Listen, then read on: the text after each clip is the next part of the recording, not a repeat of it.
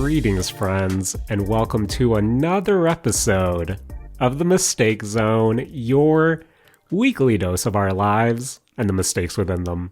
My name is Jaren Wade. Joining me, as always, one of my best friends in the whole wide world, Matt Alba. Hey, Matt. Yo. How are you doing? Yo, I'm doing good. Matt, that's great.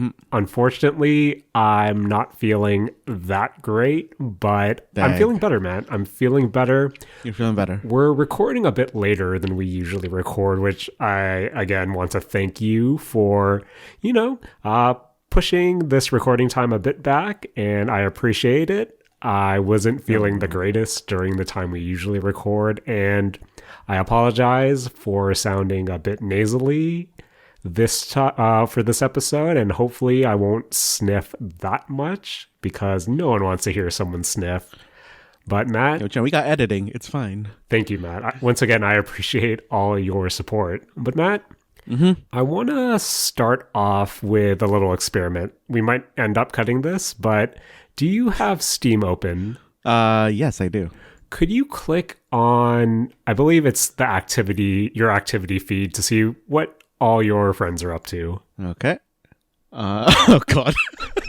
Matt, Jared. is my recent purchase showing up on your activity feed? Yup. Oh, man, Jared, that looks like a nightmare. This is such an ugly list. I don't like how Steam decided to list this out. What Matt is currently looking at right now is his Steam Friends activity feed, and I was going to assume, and I assumed correctly, that my recent purchase is up there for his activity feed. And I guess we'll start off with a piece of news that hopefully might be useful to those listening, depending on when this episode comes up. But on December 19th, Matt, Fuser, the harmonics rhythm DJ beat matching game, whatever you want to call it, will unfortunately be delisted from Steam and all the other storefronts that it's currently on. They'll be disabling online play, but if you did purchase it or own, quote unquote own, we all know how the licenses work these days, but if you have purchased it and purchased any DLC, you'll be able to continue to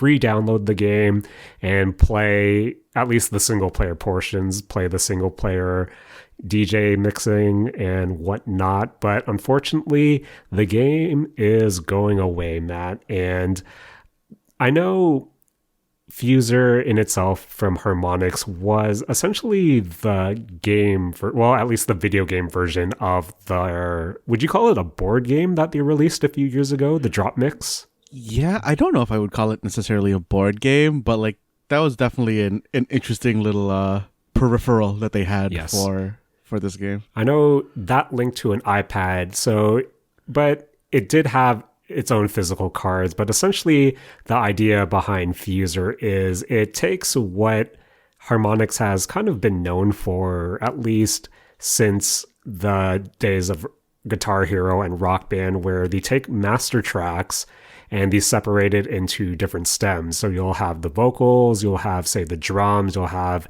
their lead instrument, and then they'll have a rhythm instrument.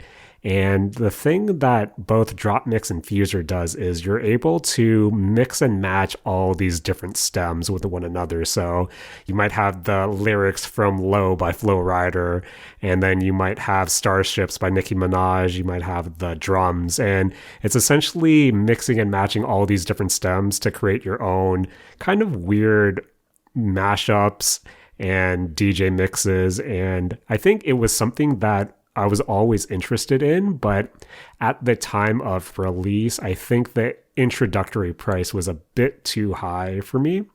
And I don't know, Matt, with the news that it was going to be delisted on the 19th, I was sort of hoping for a, going out of business fire sale, but unfortunately that wasn't really the case. But Matt, you know my philosophy. It's the unfortunate one of buy now, think about it later.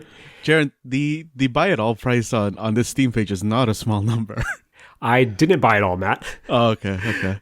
But I bought a fair amount just because it's one of those things where, oh, what if I really did want to play with this song down the road? I don't know, Matt.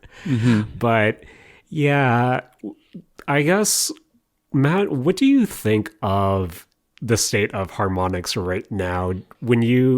I guess this is going back to when it was announced, I think it was a few months ago or even a year ago or so, that Epic Games had purchased Harmonix, and just to see, Fuser being delisted, they're still pumping out Rock Band DLC, but for the most part, everyone believes, and I believe it was stated, that Harmonix would, strictly, not necessarily strictly, but mostly be working on more music-based Fortnite events and different scenarios, just because Fortnite had all those big concert events with Ariana Grande from the past, and they have their Soundwave series or whatever they're called. But yeah, Matt, as a podcast that has done multiple episodes on the rhythm game genre, what are your thoughts on just the state of harmonics today, and how does the delisting of Fuser also make you feel? I'm surprised that Fuser is getting delisted. Like, especially when you do like consider that Epic Games did just basically recently buy them.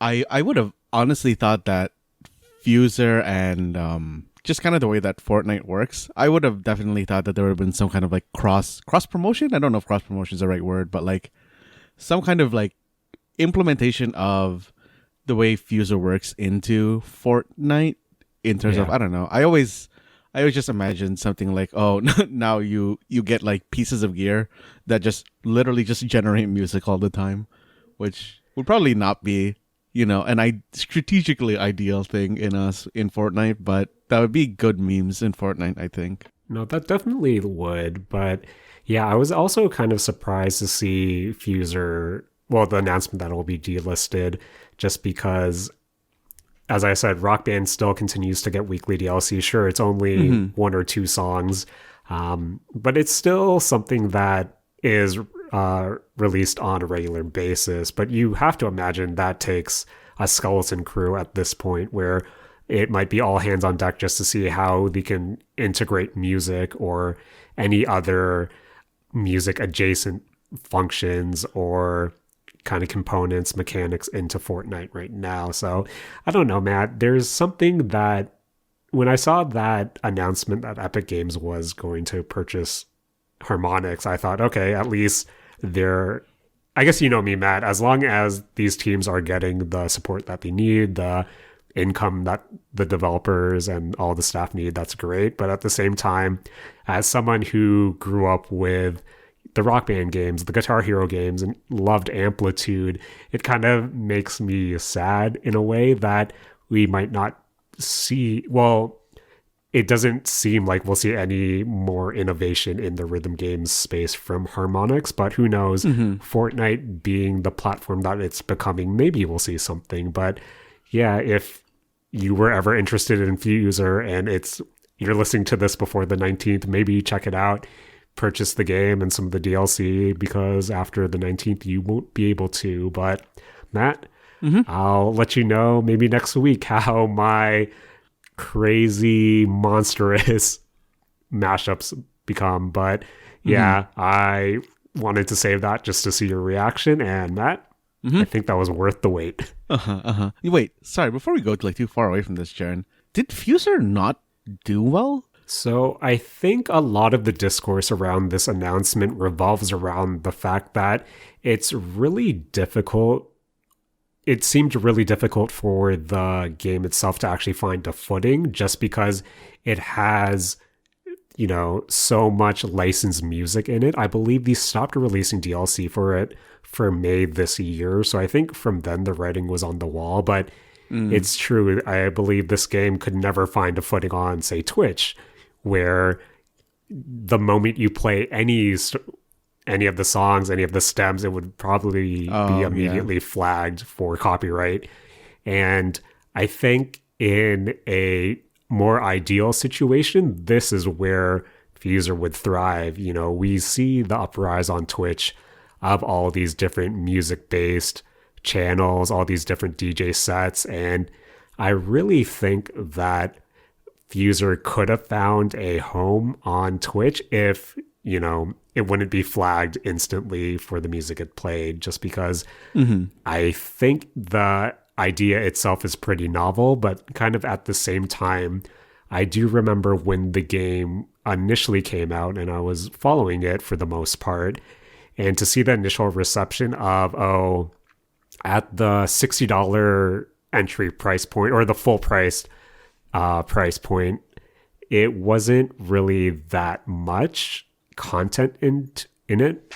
I believe that as a tool, it's pretty neat, but as a actual rhythm game, there's kind of a lot to be desired there. But another, I believe, negative that I saw around launch was just how little the base soundtrack was and how you needed kind of the DLC to help fill it out as well and really open up your options. So I think all those things in the beginning, from the, not being able to really stream it necessarily, the really lack of structure in the single player component, and kind of the smaller base set list, I think those all kind of contributed to why it really didn't find success. Plus, at the same time, that I think we all know the state of the rhythm game genre, where who knows if this game could have found a foothold even with the Twitch integration. But I think that's kind of what I've gathered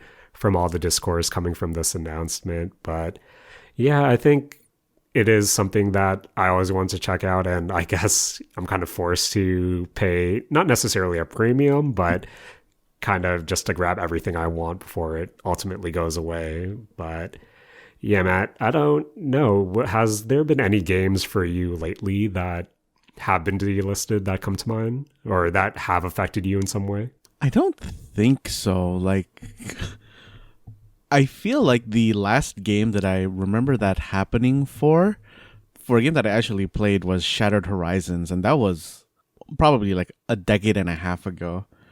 So nothing really recent comes to mind for me. I think in terms of delisting, something that is sort of close to me are the Forza Horizon games, which seem to be, their actual shelf life isn't that long, all things considered. I think just even recently 3 was delisted.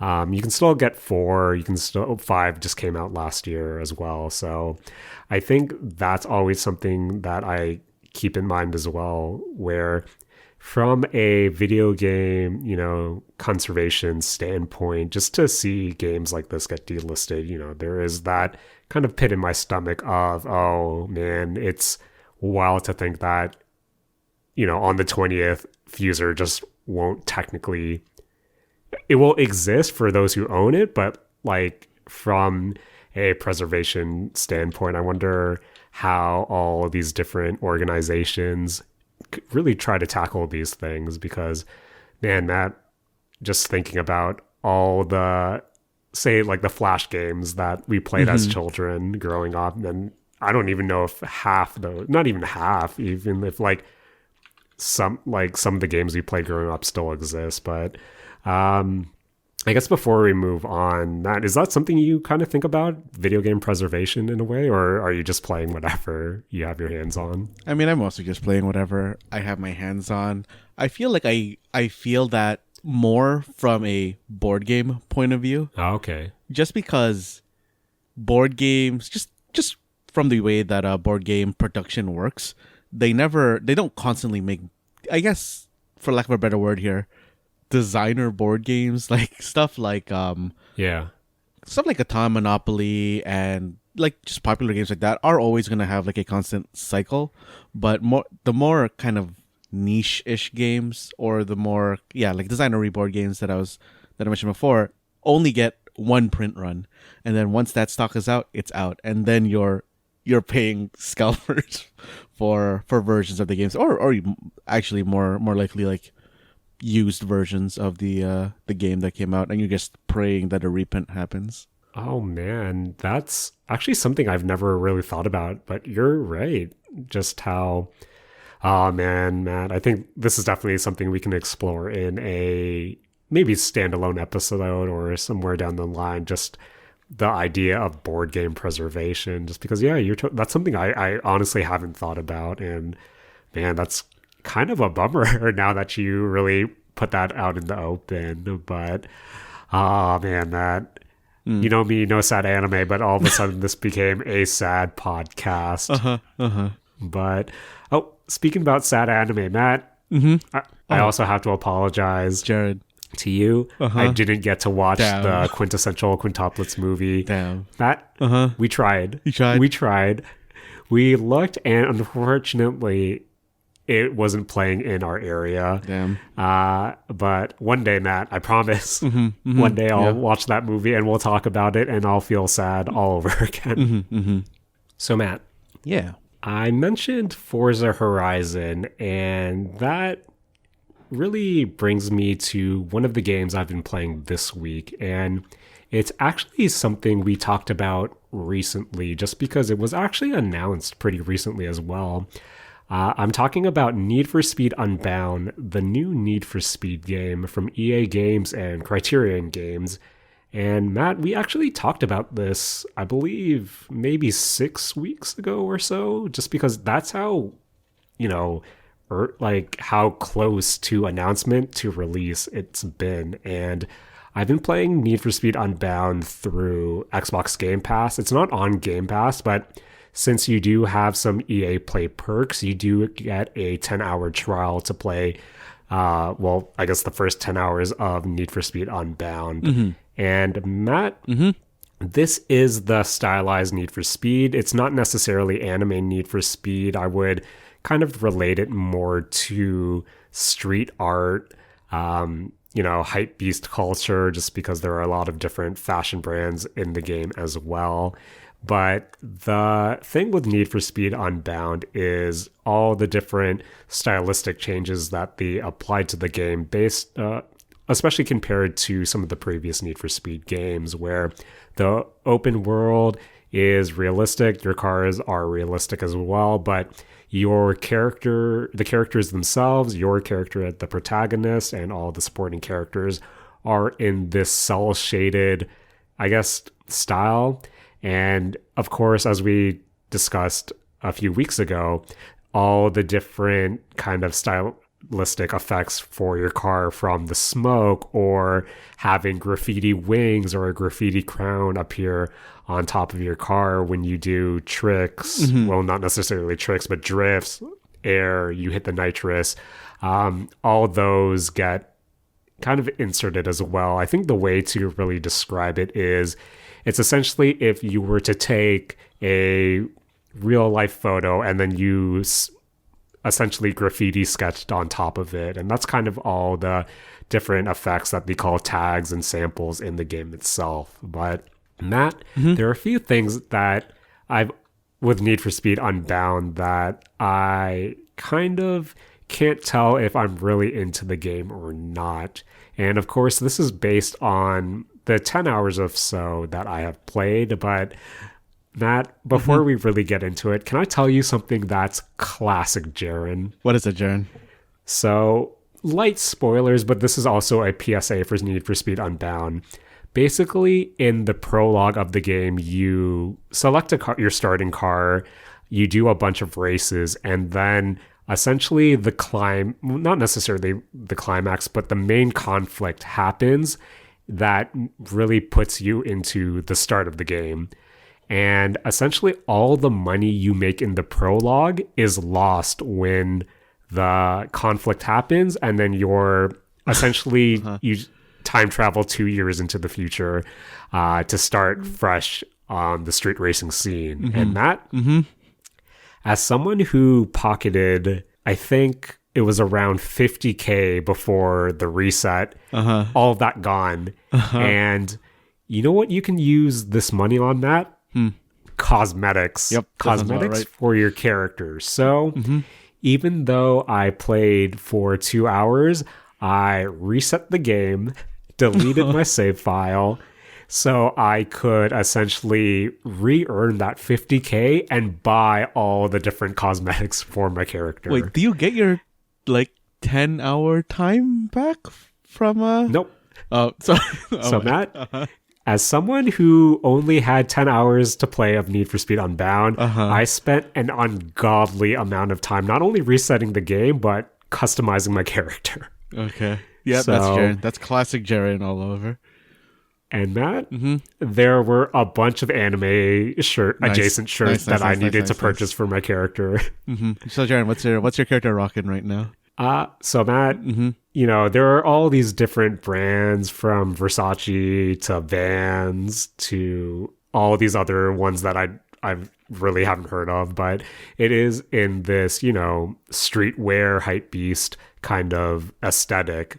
But Matt, for the conflict, it's essentially you starting over from scratch. So even though my character had all this high-end designer wear, I had to, I had to become a basic B during that cinematic, because once the time skip happens, even though it's 2 years later, your character is still wearing like what they wore on essentially the last race before the conflict actually occurs. So Matt, I had to dress down for that final race before at the end of the prologue. So right now my character is wearing ripped jeans, an anime t-shirt, and a bomber jacket with some Vans slip-ons. So I think that's, hey, I need to pick myself up type wear.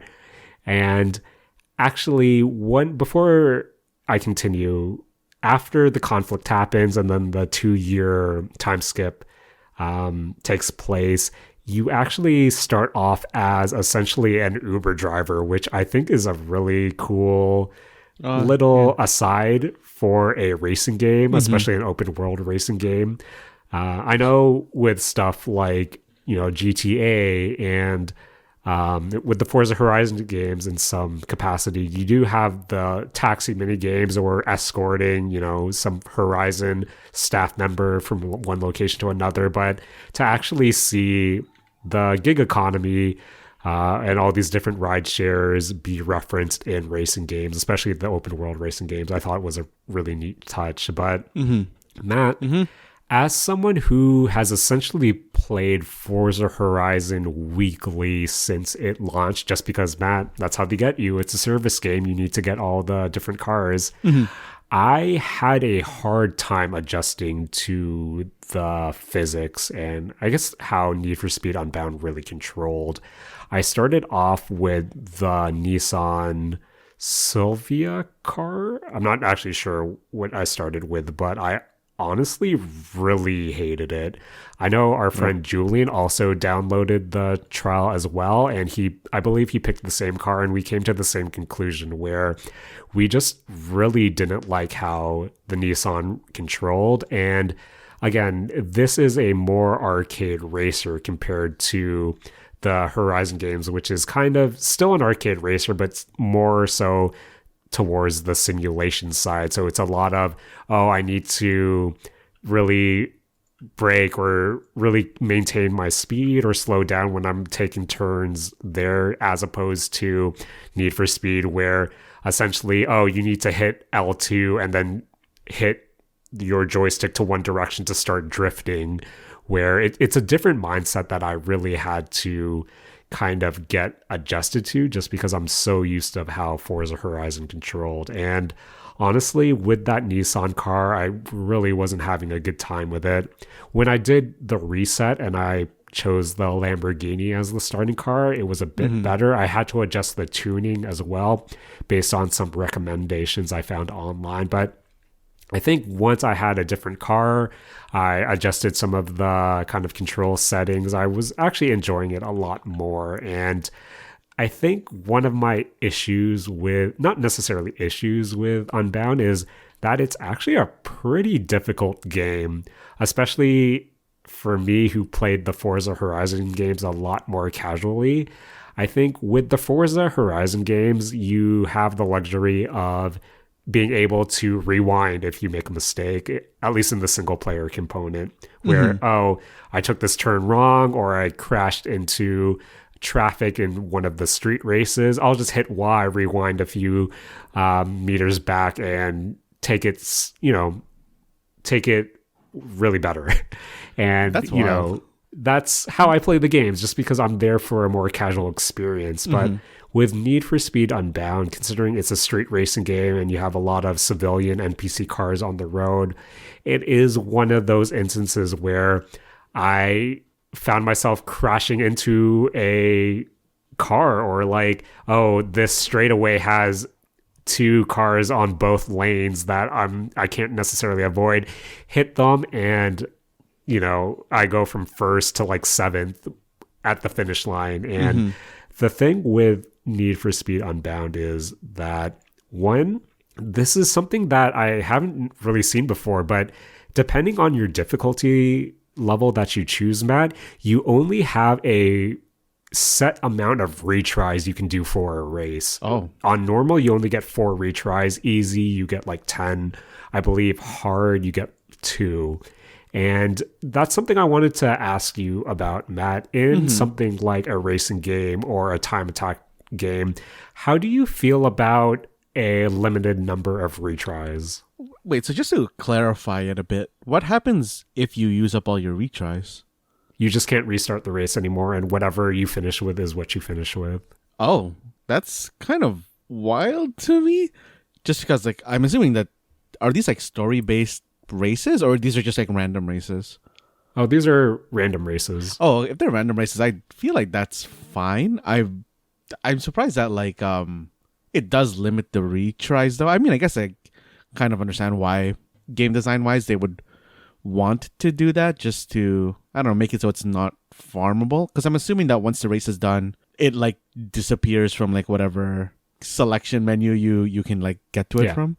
Yeah, essentially, yeah. Yeah, I think that's fine. I'm actually surprised that like the hardest one gives you 2 retries. I would have assumed that they just straight up like, oh, you get 1 try at this. Yeah, well, I guess things do happen, like I said before, how you can be on the straightaway for the last 5% of the race and all of a sudden a random car appears and you crash. But yeah, I think that really caught me off guard, especially coming from my casual Forza experience. But it really does have you kind of commit to the game. This isn't the casual Forza experience that I'm used to. This is the Need for Speed games. But even the previous Need for Speed games I found gave you unlimited retries. So I was really surprised that the number that they gave you depending on the difficulty you chose. And other than that, Matt, some of the rubber banding in this game is insane. I found that, again, one crash, you're essentially done. You can kiss first place goodbye, just because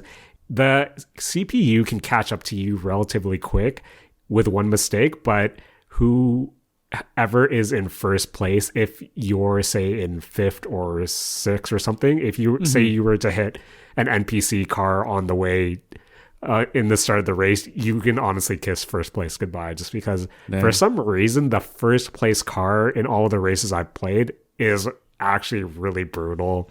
I actually played around with the difficulty settings. I went to easy at one point as well, just to see, is the first place always going to be like that? And yeah, it definitely is. So again, Matt, this is a racing game through and through. I only really finished up to the prologue. I know once you get into the meat of the game and you get your actual starter car, there is a more progression system that deals with the day and night cycle and qualifying races to an end of the week big race. But that's something I haven't necessarily touched, just because I only have like, I think a couple hours left on the trial itself. But I think ultimately it's a game that I really do want to like, just because I love the aesthetic. I really do like the graffiti art style or the overlay for the most part. But yeah, Matt, as someone who comes from a more casual racing background, I think this game, this actual racing game, is too much of a racing game for me. And I kind of prefer the kind of sandbox approach, the play as you like style of the Forza Horizon games. But I can't stress enough how much I really do like the aesthetic that they're going with this. I really do like the graffiti stuff, and I do like the character customization. Some of the actual story beats, I did have a few chuckles here and there, but some of the writing and the delivery can be pretty rough too. But again, it's a racing game. You're here for the racing. So, yeah, that's my time with Need for Speed Unbound. And maybe I'll pick it up again if it comes to Game Pass proper, or if there is a notable sale. But other games to play, Matt.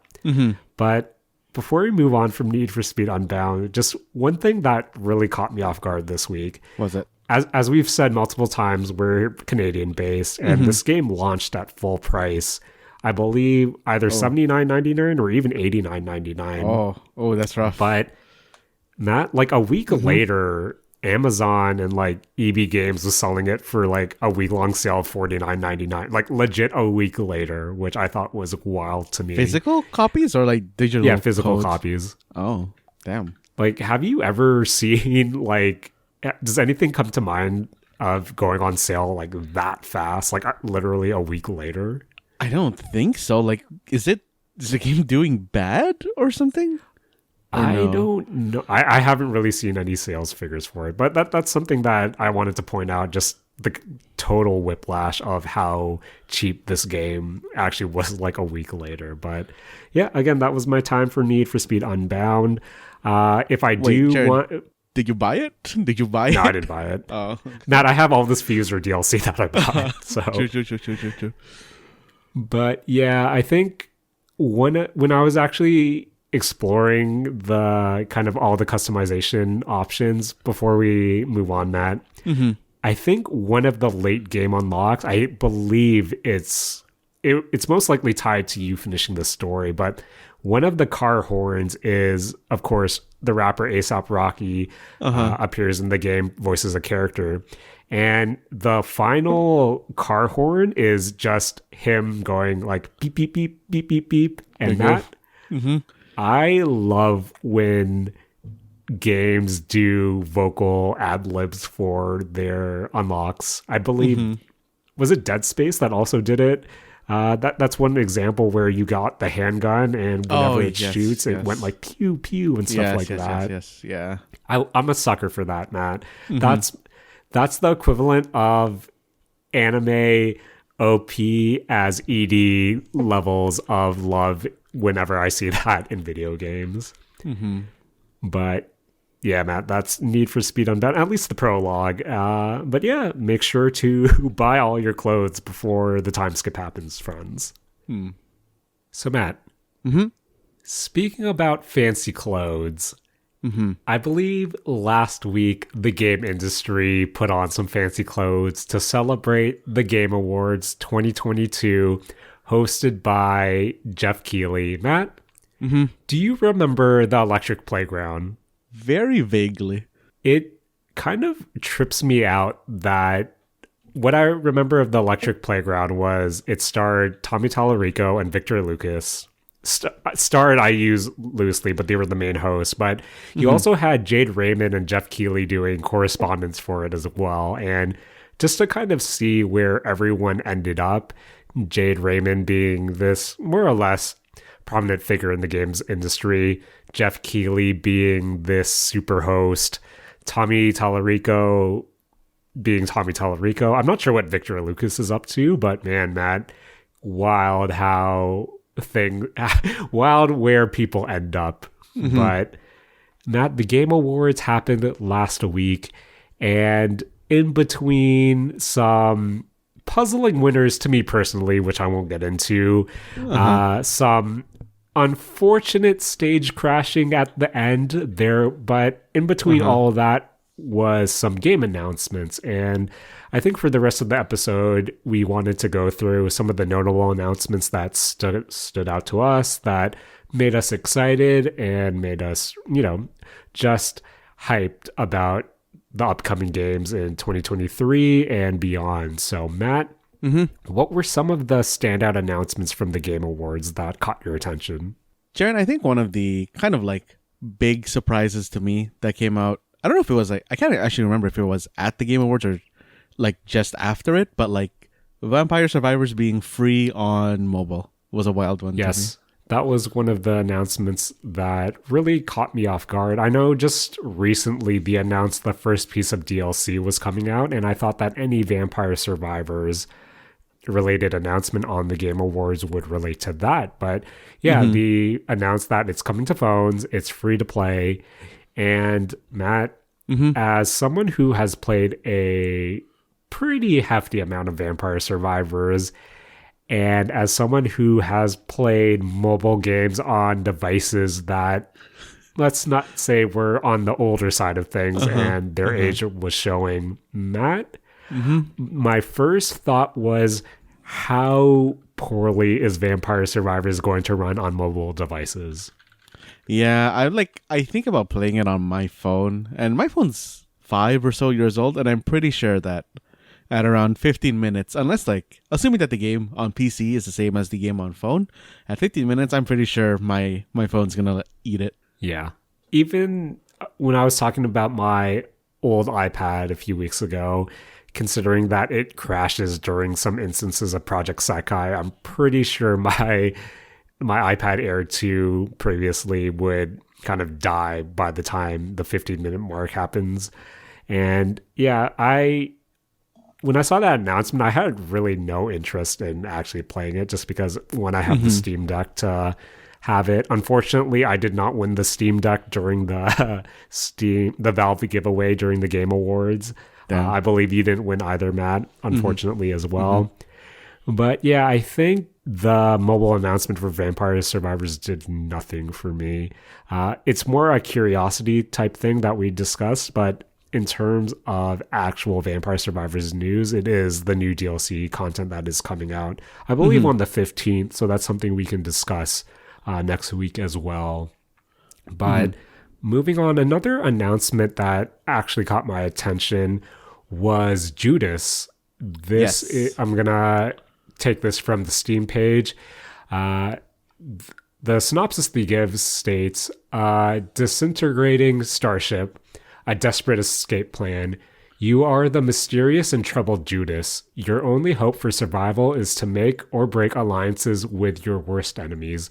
Will you work together to fix what you broke, or will you leave it to burn?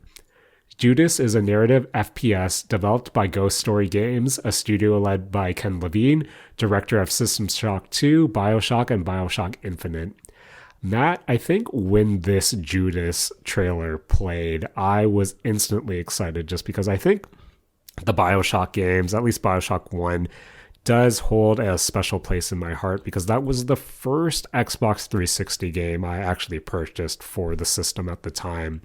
So kind of to see that trailer live in action, it really looked like what we have come to know from the BioShock and BioShock Infinite, with powers that resemble what we know as plasmids. I think the trailer itself still gives that feeling of rapture, but instead of playing off the 1940s, it gives off to me at least, the vibe of 1950s Americana that is actually really reminiscent to the Fallout games. You know, we saw animatronic machines, what looked like to be androids, humans with a fedora, or a human male with a fedora and suspenders. So while it really gave me the same vibes as when I first saw it, I said, yeah, this does look like a game from Ken Levine. This looks like a BioShock game. But it does enough. I wouldn't say it did a lot different, but it hits the same trappings that made me go, yeah, it's a BioShock game. But aesthetically, I think it's different enough where they could have called this BioShock Judas, and I wouldn't be surprised. But I'm definitely interested in it, just because of how I have enjoyed BioShock, BioShock Infinite, and even BioShock 2, even though that was handled by a different studio. But yeah, Matt, did you have any thoughts on Judas itself? Yeah, I think that I probably had the same kind of thoughts that you did, where when that trailer was playing, I thought that, oh yeah, this is a BioShock looking ass game. I think the thing that really stuck out to me in the trailer, though, was that, or not necessarily the trailer, but I guess the stuff that when they were talking around the trailer, was them calling it a narrative first-person shooter. Because I feel like that's not term you'd usually use when you're talking about this kind of game. So I'm Really? Yeah, because like you usually, or I'm more accustomed to hearing something like a story-driven shooter or a Oh, kind of like single player, just like first-person shooter, like in terms of what BioShock, or what I would expect from BioShock. And one thing that stood out to me when they were talking about it is, I can't remember who said it, but someone dropped the line that Judas is going to be a new approach to narratives. And I'm really really interested in seeing what that's actually going to be, because I feel like that's like a interesting claim, and I've generally liked the BioShock series like kind of storyline. yes. So I want to see like what they're going to be doing with it to like kind of like push that idea. No, definitely. And yeah, I think aesthetically, I really like where the visual or what we have seen visually from it as well. But yeah, Matt, I Yeah. think when I do agree with where you're coming from, where I really do want to see how they plan to push, the narrative structure of this game. I think when we're reading the description, we see that you can make or break alliances. So to me, with my small potato brain, that means, oh, okay, we can do multiple playthroughs depending on who we align with. But I'm really curious to see if it goes actually deeper than that. I think with, you know me, Matt, I tend to try to bring a lot of things back to the Persona games because I like the Persona games. But ultimately, when I think about the Persona games, I think about the idea of social links and how ultimately your social links don't really matter that much, because whatever happens in your social link is kind of isolated to that social link. And for the most part, all your social link progress or story beats don't actually affect the main story in itself. And I think for me, especially with the video game genre or medium and how interactive it can be, I'm waiting for a game that is able to essentially handle relationships from something like a social link and have that actually impact and influence the story. Where, like in the Persona games itself, you can romance a character as well, but for the most part, that romance has nothing to do with the main story. And I would like something, from a narrative perspective that really takes to account those different relationships that you form, the actual progress you have with those characters, something you learn from them in their own storyline to actually impact the narrative overall. And I don't know, maybe that's wishful thinking for me, but that's something that I really do hope gets to be explored, as opposed to having all these different sub stories being isolated from one another and ultimately not necessarily matter to the campaign as a whole. Or you get, let's say, the Fallout epilogue of, okay, all of this happens and here's a slideshow of where all these characters end up. But if Ghost Story games are talking a big game about what they plan to do narratively, like I really hope that it is something unique and different that we haven't seen before, just because that's something I'm actually clamoring for when I play narrative games these days. But yeah, other than that, yep, that lady had fire hands. She was shooting fireballs. There was that giant robot dog that essentially you can enter as a vehicle. So I don't know, Matt, there was something unsettling about the aesthetic as well. Maybe it's just because I find animatronic machines like that really creepy in general.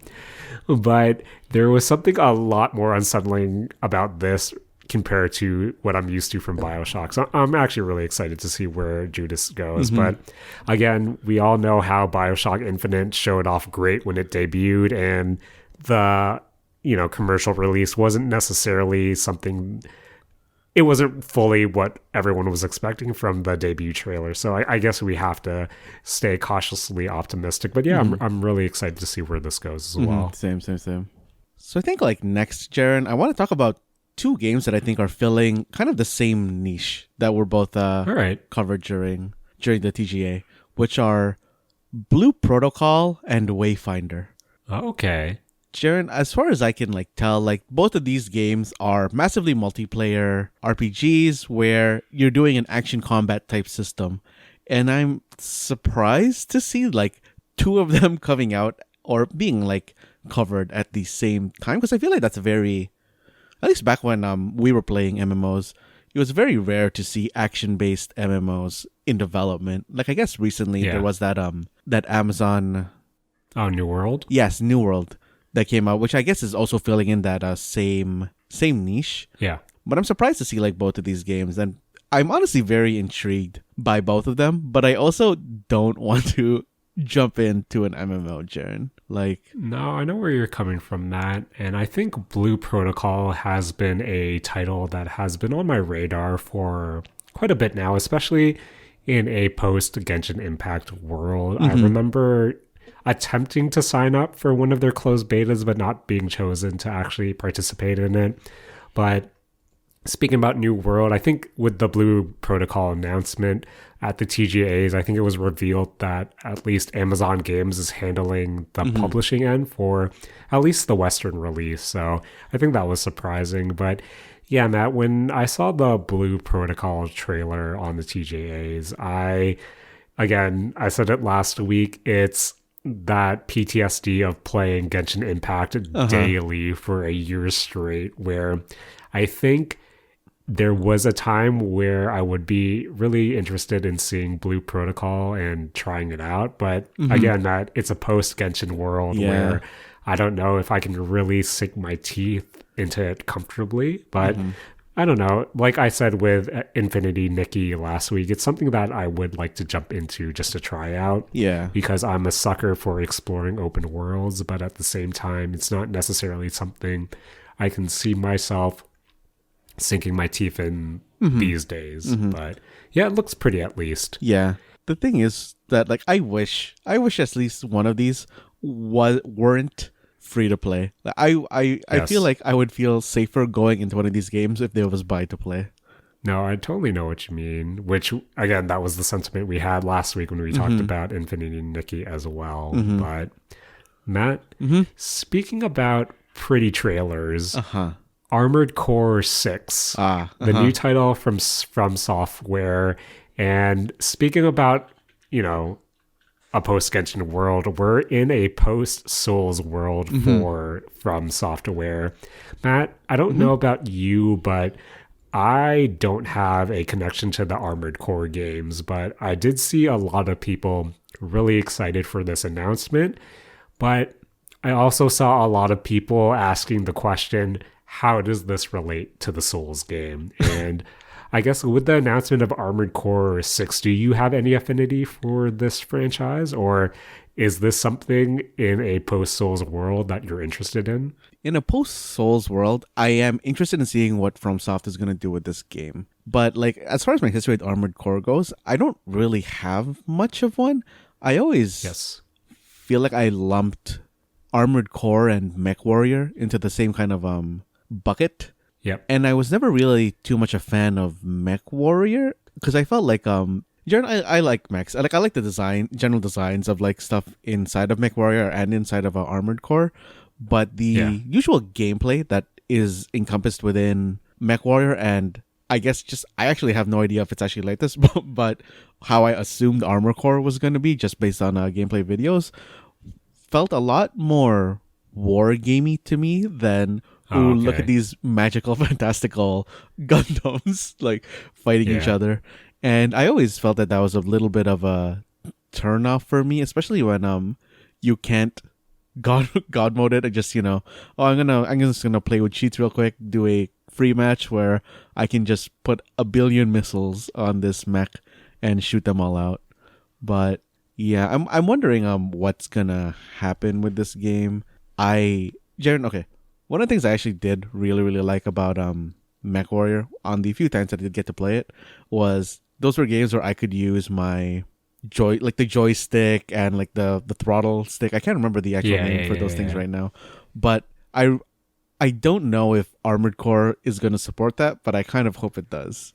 And was MechWarrior the Xbox game with that monstrosity of a controller that, the fabled command center controller that everyone talks about for the original Xbox? That was Steel Battalion. Oh, yes. Jaren? Yes, but I was so so interested in this game, but I never had an Xbox. And about like 7 years ago, I was deeply considering buying a Steel Battalion set off eBay that included like an Xbox and like that massive controller, just because of how interesting this game seemed. Man, I think we're such a stone's throw away from actual Armored Core where we just like mech games. Hopefully this is cool. The trailer was really pretty, but yeah, Matt, I think these days, I know a lot of people are asking, oh, how does this relate to the Souls games? Just because From is the Souls developer now. But at the same time, I think I do want a Steel Battalion giant controller experience more so than an actual mech game. But Matt, let's take the Roman numeral 6 and swap that I to before the V. And Matt, Diablo 4 got a release date. We got a cinematic trailer, and I don't know, Matt. What are your thoughts on Diablo 4? Especially now that we kind of have a release date in mind, and an open beta or some sort of beta is around the corner. Jaren, I am dreading this release, to be honest with you. Just because, Jaren, I know I'm going to buy this stupid game. Whether or not it's going to be good or not, I know I'm going to buy this stupid game. And I don't know, Jaren. I feel like I'm going to force myself to enjoy it. And I'm really, really, really just hoping it's good. And it's, yeah, like I hope it's good, Jaren. I just really hope it's good. Cinematic trailers don't really do much for me, to be honest. No, but for sure. I'm really, really hoping this game is good, or I'm going to be, I don't know. That's going to be like 3 weeks of me complaining next year when this game releases if it's not. So, Matt, if it makes you feel better, you have 2 pals in this household that are also planning on picking up the game at launch as well to play. So if you want to, do some co-op sessions, let us know.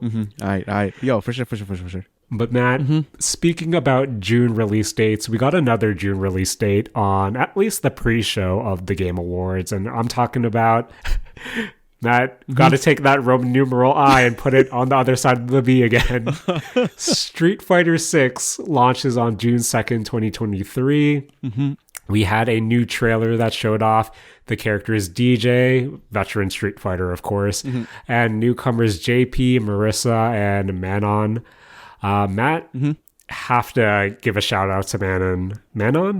I'm not sure how to pronounce her name, but she is the judo and ballet dancing fighter. And Matt, all I want to say is from all the different animations we saw from the trailer, I honestly thought that Manon's animations for especially her ballet based attacks really looked good. Matt, this game continues to look really fun. I really love what they're doing visually. I like the style that they're presenting, and this is also a game that I'm really excited for coming out in June 2023. But I guess we should probably talk about this. One of the bigger announcements during the Game Awards was Norman Reedus' Death Stranding 2, Matt Alba. Jaren, I'm surprised he's back in that game, to be honest. Have we talked about Death Stranding on this incarnation of the Mistake Zone before? I don't think so. I honestly can't remember. Other than me saying I really should play Death Stranding, I don't think we've talked about Death Stranding. Matt, does seeing the Death Stranding 2 trailer make you want to play Death Stranding? It does, Jaren. It does, and it makes me wish that it was on sale so I could go buy it. Okay. But yeah, I don't know, Matt. I think I never bought into the hubbub around Death Stranding. Really? I guess my only interest for the game is hearing your thoughts on it when you do get around to playing it. But Matt, there was a Remnant 2 was also announced, I believe. Yes, and it was. Matt, I know the Remnant, the first Remnant game, that was something that you had, played, correct? I really like the Remnant series. Like, I'm really looking forward to Remnant 2.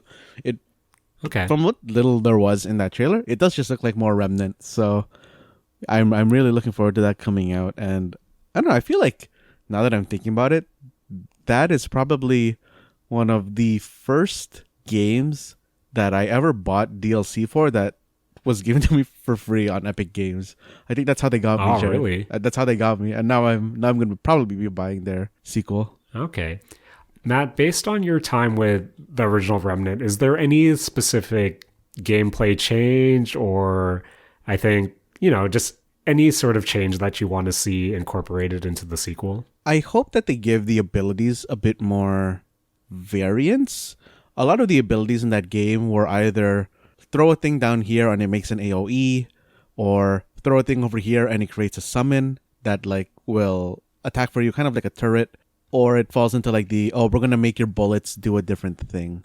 And I kind of hope that there's more, I guess, spell type attacks that function kind of like more like spells that you can use as an alternative to your gun instead of as a support to your gun.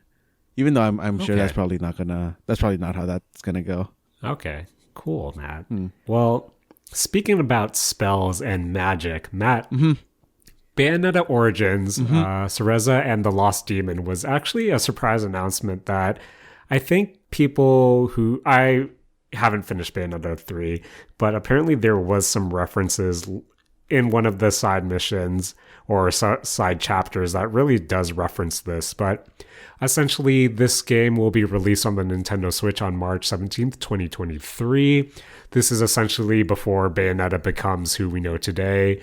Origins tells the story of Cereza and her very first demon, Cheshire, as they search through the Avalon Forest to look for the power to save Cereza's mother. Matt, according to the Nintendo website, it says, control both Cheshire and Cereza to solve puzzles and fend off fiends. Essentially, Cheshire and Cereza can coordinate their efforts to fight fairies and solve puzzles, use the left Joy-Con controller to move Cereza and bind enemies with her magic. With the right Joy-Con controller, move Cheshire to slash and chomp foes. Matt, how do you feel about that type of control scheme where essentially one hand controls one character and the other hand controls the other? I think it really depends on how complicated the game is. Yeah. Because when I think of that control scheme, the very first, I guess, other game that comes to mind is Brothers. I think it was like Tale of Two Sons or something like that, where they did have the exact same control scheme where like, one stick controlled one brother, the other stick controlled the other brother, and then the shoulder buttons like let them do actions. And I feel like it worked well. So I don't know if maybe I was just like missed something in the trailer, but the game itself didn't look particularly too action heavy, right? Yeah, so I think like it could be okay there. I think there will be some combat encounters, but a lot of it will be puzzles. And just because this does look like a stylistic isometric type game, I have to say it looks gorgeous, by the way. Just like stylistically, it's described as this world that seems like it was painted by hand, and I think that was what immediately drew me to the game.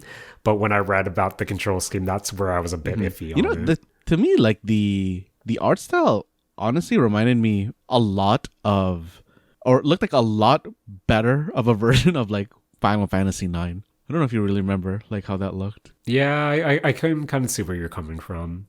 I wasn't necessarily a 9 guy. Oh yeah, same. I was more of an 8 guy. Same. I was an 8 guy and a 10-2 guy. But yeah, Matt, Bayonetta Origins, this is definitely something that I do want to get my hands on. Eventually, let's see if my brain can differentiate between my two hands at that point. But Matt, speaking about, well, I don't even know what we're speaking about at this point. Matt, Cyberpunk 2077, Phantom Liberty DLC trailer was shown, and Matt, what did you think of the reveal that the DLC stars Idris Elba? Jaren, I'll be honest, like I was looking at him like, that can't really be Idris Elba, could it? Like they wouldn't. Okay, like Keanu Reeves in my head makes sense to show up in Cyberpunk. Yeah. But something about Idris Elba showing up in Cyberpunk seems weird to me. Really? I mean, maybe I just don't know Idris Elba well enough as like a celebrity. But like, I don't know, something about Keanu Reeves is like, oh yeah, like, I don't know, it just makes more sense. I don't know, especially since like how he was portrayed in what was that movie on Netflix where he played himself? You'll Always Be My Maybe. I like that movie. Yeah, I liked it too. It's a movie about punching Keanu Reeves, and that's basically what Cyberpunk's about. Yeah, and for sure. Like, yeah, like just I don't know, the persona that Keanu Reeves has in my head just slots him into showing up in a video game. Like that like makes sense to me. Yeah. But in my head, Idris Elba is such a, I don't know. In my head, he's a high class celebrity. Yeah. Not that video games are low class, but let's be real, Jared, they kind of are. But Yep. like I don't know, he always seemed a weird echelon of like celebrity to me where, oh yeah, he's gonna go be fancy, and to see him inside like a video game was jarring to me. And again, this is taking nothing away from Keanu Reeves. It's just that Keanu seems. I kind of know where you're coming from, Matt, but I think I was pleasantly surprised to see Idris Elba appear in the DLC. But just kind of with more information that was shared, he plays a character named Solomon Reed. Reed is a veteran new United States of America agent, and apparently the only person the player can trust to help fulfill an impossible mission of espionage and survival, says CD Projekt Red. Matt, I'm still curious and optimistic about the DLC, especially with the high on Cyberpunk that we have in a post Edge Runners world. Yeah. I am excited just to see how Idris Elba plays into the storyline and how much of a role he takes on and how much he appears, just because I was actually really surprised at how much of a role Keanu Reeves ended up playing in Cyberpunk as a whole as well. So I think it's really cool to see, again, Matt, as you said, someone of Idris Elba's status, I guess, appear in this game. So yeah, I'm really excited to see where it goes. The trailer itself did show some of the new gunplay, especially the shooting out of vehicles, which I believe wasn't in the base Cyberpunk game as well. But at the same time, I really do want to know where this kind of falls into storyline base, just because, of course, Johnny Silverhand is there. So that means it can't necessarily take place towards the end, or will we have some retcon going on? But yeah, I am looking forward to getting my hands on this as well. Matt, I really have nothing else from the Game Awards that really stood out to me except this last title. And I think this is, of all the announcements that we got from the Game Awards, I think this one left the biggest impression on me. And that was Hades 2, which is being described as the first ever sequel from Supergiant Games. Matt, I loved the original Hades game so much that I originally owned it for the Epic Games Store, and it's something that I really wanted to double dip so I can actually have it on Steam so I could play it on the Steam Deck. I just loved the combat. I loved the way it told its story. The fact that it really incorporated that roguelite gameplay loop into the narrative, and then having all the characters really comment on your runs really did add to it. And Matt, when you're telling me we're getting a sequel that has a princess of the underworld protagonist, I feel like, wow, is Supergiant Games making a game for me? They're doing the early access release, similar to what they did with the original Hades, again, which was something that I did buy into Hades during when it was originally announced, and did follow it throughout its early access kind of updates, which was really nice to see how the game would constantly be not only improved, but all the different additions being given to it throughout that cycle as well. But yeah, Matt, what were your thoughts when you saw Hades 2, the new protagonist, and the fact that it's also coming to early access? Jaren, I think I might be in the severe minority here when I say this, but okay.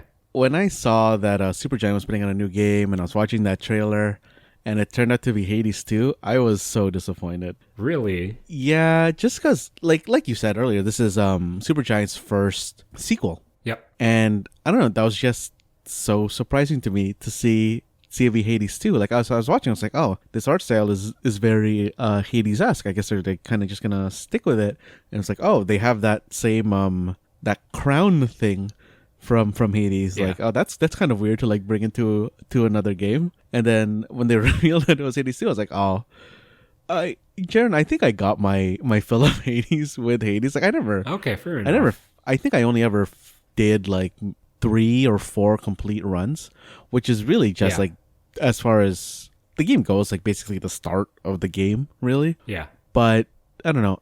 I really really like Supergiant as a studio. Like as far as like indie yes, studios go, I think they're probably like my number one favorite studio. And to see that they were doing a sequel, just kind of, I guess mostly just like came out of like left field for me. I was really just looking forward to another new story instead of continuing the story of yeah, Hades, which I guess I already experienced. Like I loved Bastion, I loved Transistor, Pyre was okay, and yeah. like Hades was like a really really fun. Like it really, like you said earlier, like innovated the way that you tell stories through a roguelike. And I don't know. I fully understand that Hades was such a big game for them. Like that's probably their like biggest claim to fame. That's their obviously most profitable game. Like I'm sure that Hades Yeah. has definitely outsold every other game that they've put out when you combine them like all together. So like Hades 2 like fully makes sense for them as a company. I was just hoping for a new story or like new property. I'm gonna be looking at this kind of like probably more from a distance. I don't know if I'm going to buy into the early access for this game like I did for For sure. Hades. But yeah, like Supergiant's good. And Supergiant, like I really hope that like this game like turns out well for them, and I really hope that I'm going to, or people are gonna put out some good YouTube videos of, I guess, like storyline compilations so I can watch them, see what's Okay. going on with my boy Charon. But no, I totally understand where you're coming from now, Matt, just because, yeah, as you said, we're so used to seeing this really progression of, would you, not necessarily quality, just because, okay, yeah, Pyre wasn't the greatest, but just to see how Supergiant Games has evolved with each of their releases is a sight to be seen. I Hmm. remember when Bastion first came out, and talking with you and Saturday Morning Arcade pal Julian just about the game itself and how it really did push this idea of what an indie game was, and then to see that, to see them go into Transistor, where it wasn't necessarily a sequel to Bastion, but it lifted some elements from, not necessarily, you know what I'm saying, right? Like it Hmm. kept that Hmm. isometric view, but it told a completely new story. It was a completely new battle system as well, which, again, I was hoping, oh, we're gonna play this pretty redhead lady in a Bastion action game, but what the actually ended up releasing was something that really surpassed what I was expecting. And yeah, Hmm. I can see why seeing a sequel to Hades might not be, the best thing for Supergiant fans, just because you are kind of expecting them to, okay, how can they use Hades as a jumping off point into something new? But Hmm. I totally get where you're coming from, Matt. But for me personally, at the same time, I adored the gameplay of Hades. So to get more Hades, I'm really excited. But I can also understand and do feel that the same way as well. Where, oh yeah, I kind of do wish I would like to also see what Supergiant has in store from them after Hades. But Hmm. who knows what we'll see from this as well. But anyway, Matt, I think that was all the major things from the Game Awards, for me at least. Was there anything else that stood out to you? No, I think that's everything for me as well. Okay. I know Jeff Keighley said it was a more shorter version, but it That was honestly still a seemed, long one, man. yeah, all the Game Awards, Matt, have been like pretty long to me, and this was no Hmm. different. But Hmm. yeah, as we said before, a lot of announcements that really made us excited. And from what little we saw, 2023 is shaping up to be a pretty interesting year as well. I know one of the biggest gripes, if you want to call it that, was that there wasn't really a presence from the Microsoft side of things. No Xbox or Microsoft Studios announcements. And considering how much acquisitions they have had under their belt for the past few years, that was kind of disappointing in that regard. I know there was a lot of different discourse around the fact that, oh, with this whole Activision buyout happening or pending and all of the hubbub around that, maybe they were trying to, not show anything that might tip the scales for that acquisition. But I don't know, Matt, as someone who is in the Xbox ecosystem right now, I have to admit I was kind of disappointed that we didn't see any new Game Pass announcements. But speaking about Game Pass, I know High on Life comes out this week, so maybe that's something I'll check out and discuss with you next week. But I know there were a few titles, at least, that were nominated for some Game Awards that we're planning on exploring, or at least playing in the next few weeks as well. So keep an eye out on that. But again, I want to thank all our friends out there for joining us this week. I apologize again for my nasally voice. And of course, I want to thank you, Matt, for, again, recording later than we usually do and joining me here in the Mistake Zone. Hey. Anyone else you want to thank, Matt? Not really a thanks. But Jared, I know you didn't want to talk about this at the start, but Jared, I'm glad Splatoon won Best Multiplayer Game. Matt? Uh-huh. I didn't play Big Run this weekend. Same. Dude's dead, Jared. Joke game. But that has been us exploring. What did we talk about this week? We talked about Fuser. We talked about Need for Speed Unbound. We talked about the Game Awards. Shout out to Splatoon. I think I retired. Yep. I think. But Matt, that has been the Mistake Zone for this week, and please take it away. This has been the Mistake Zone, and we're all out of Splatoon content. Well, maybe there will be another Kakaroo